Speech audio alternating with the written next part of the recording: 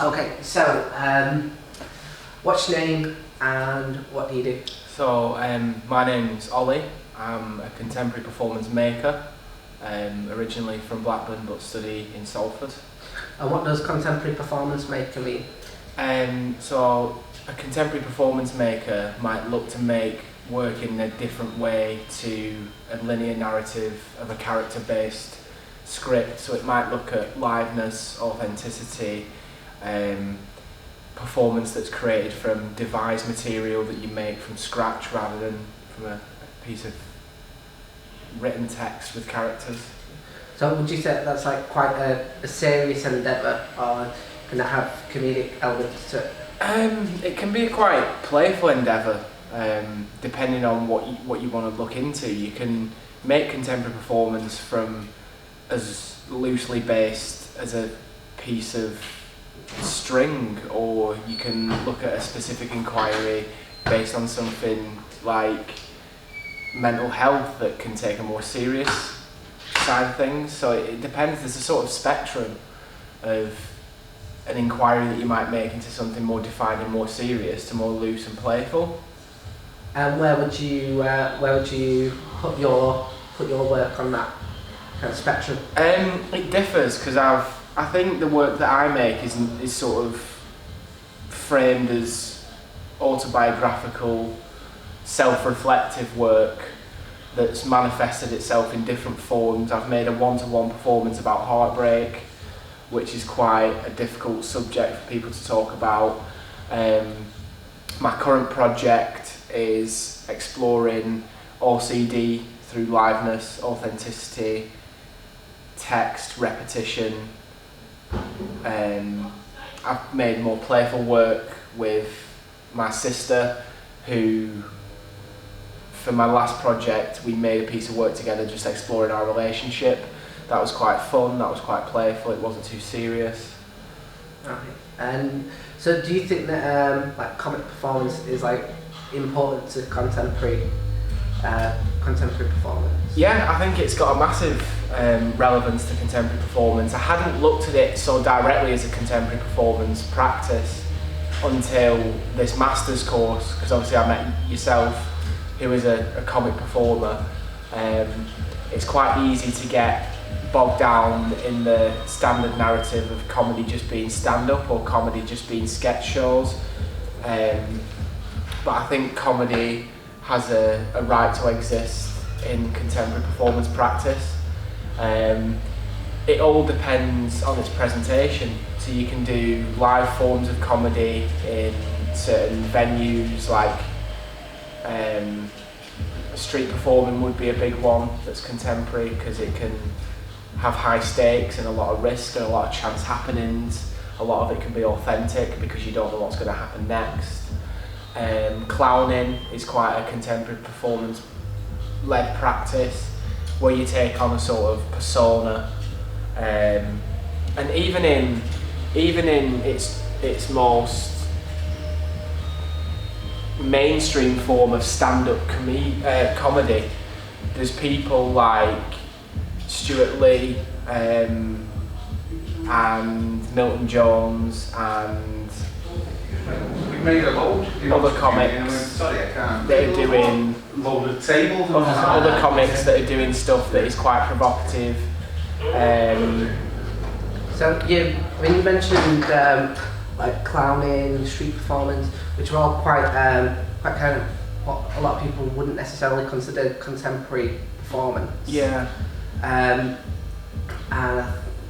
So do you think that that comedy performance is maybe struggling to fit into a contemporary performance mould? Yeah, because although the basis for stuff like clowning and street performing has probably gone on for hundreds of years, and it's something that comedy is stemmed from thousands of years ago potentially, the reason you see it as contemporary is when it has a self-awareness of what it's trying to do.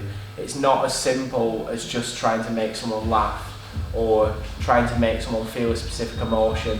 It can be about deeper things like audience interaction, chance happenings, the authentic basis behind that one performance being different to the next one. Trying new and diverse ways to present the material of clowning to make it fit into a contemporary bracket. So do you think that a comic performer, by actively going down that avenue, is stifling their own creativity by setting themselves the parameter of this is supposed to make people laugh?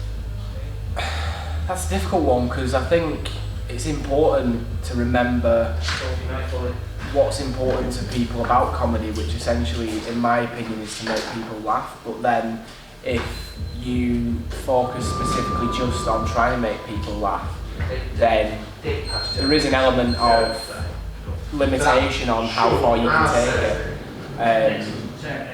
I think if you can create something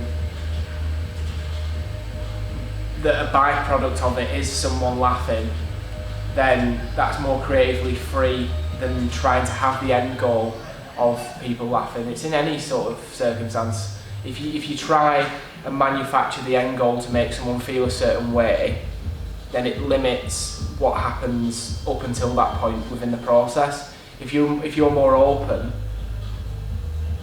then the end product has more stakes, more risk, more openness that makes it more interesting. Obviously sticking within the framework of something you want to try and achieve, but just not tying it down so tightly that that's the one goal that you've got. So would you consider yourself a comic performer in your practice? It's really interesting that you should ask that, because if someone was to say to me, am I a comic performer, then the answer would be no. But then when I look at it again and think a bit deeper about the way that I present material, some of it is comedic. I notice in bits of work that I've made that I'd trigger a comic response from an audience that might laugh at certain things even though I wasn't expecting them to. And a lot of it's tragic as well. A lot of the work that I make has elements of tragedy in it, which I think is a big basis for where comedy comes from. And I think the two marry up quite nicely. I'd just come from a supervision with Joel then, who said that some of the work that I present is quite coincidentally funny and quite comic in the way that it's presented and the way it manifests without trying to be. And do you think that that's because comedy and tragedy are in essence the same thing? Yeah, I think so, because a lot of the work that I make is self-reflective, and a lot of the self-reflectiveness of the work is about things that I've gone through, like heartbreak or mental illness or something along those lines. That in itself is bound to explore tragedy in a sense, in any loose way. And then with that tragedy comes an element of comedy, because I think one side of it, I think when people feel tragedy, a reaction that might not necessarily be commonly known is to laugh. And some of it has drawn laughter from weird points in it that I didn't expect to get a laugh, just the way I might deliver a text or say something or present some material that I don't think necessarily is funny, but because of its relatability and because of its humility and its connection to an audience, it makes them laugh because it makes them feel something and it makes them connect to me as a performer. And for you, is there any, so after you get that surprise laughter, is there any want to recreate that in a future performance, or is that just one and done? It's a nice feeling when someone reacts like that in a performance space when you're making work, because it means that that message that you are trying to get across to make it interesting, to connect to an audience, has landed. Because that's the pivotal part of my specific lens on contemporary performance. I could make work about anything: mental illness, love, heartbreak, comedy, tragedy, of my own life. The question is, why should an audience care about it? So that's my task from rehearsal to performance and everything in between is finding new and interesting ways for an audience to connect to the material I've made. And when they laugh in certain ways, it's almost a signifier that that message has landed. It's a confirmation that the job's been done, so to speak. They're not necessarily laughing because it's directly funny, but they're laughing because of the relatability to the material. And do you ever get that sense of connection off stage? I find myself, I don't know, it's an interesting one. I'm a bit of a class clown in terms of always trying to make people I'm around laugh by being clever. So like I noticed it last night. Me and my housemates were watching a programme, and I just find myself making quick comments that always trigger laughter and stuff, which is weird. And what do you think makes you, like, what do you think compels you to make those comments? On the surface, it's to try and be funny socially, but on a deeper level, I think it's validation. Why do you need that validation from people that are already friends? I think that's an interesting question. I think because they're the ones that I care most about the opinion of. So it's their sort of view of me being funny, as if that's a measure of validation. It sounds silly, but it must be.